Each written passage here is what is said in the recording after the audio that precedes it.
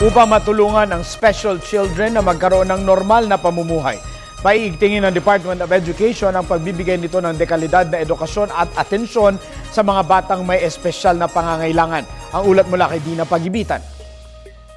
Pinaiigting ngayon ng Kagawaran ng Edukasyon ang kampanya sa pagpapalawak ng kaalaman o awareness ukol sa inclusive education kung saan lahat ng sektor ng lipunan ay mabibigyang pagkakataon na makapag-aral.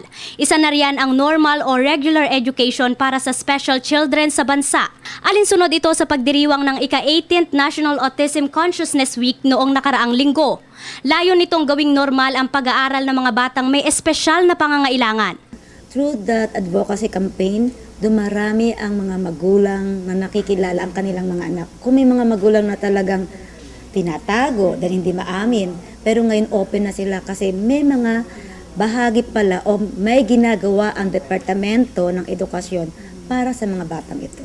May 381 kuyang registered SPED centers sa bansa na nagbibigay ng mga programang angkop sa pangangailangan ng mga bata. Bahagi ng programa ang pagsasagawa ng diagnostic assessment gaya ng interview at observation para higit na maunawaan ang pangangailangan ng bawat bata. Samantala, bukod sa occupational at speech therapy, kakaiba ang isang SPED school na ito sa Makati. Tinuturuan kasi ang mga batang may edad 5 pataas na mga kapaki-pakinabang na gawain gaya ng paggawa ng cupcakes at paglalaba. We would like to see parents bringing in their children early for special education, and that way the school can help mainstream them through education. We've had some successes. Isa na riyan si Art, 28 years old, na naniniwalang kayang-kaya niyang sumabay sa ibang bata. Natutuwa po ako kasi po ay marami din po natutunan sa klase pong ito. Malaking pagbabago raw ang nagawa ng pagpapaaral ni Aling Annalyn sa kanyang anak sa SPED school. May improvement naman po siya.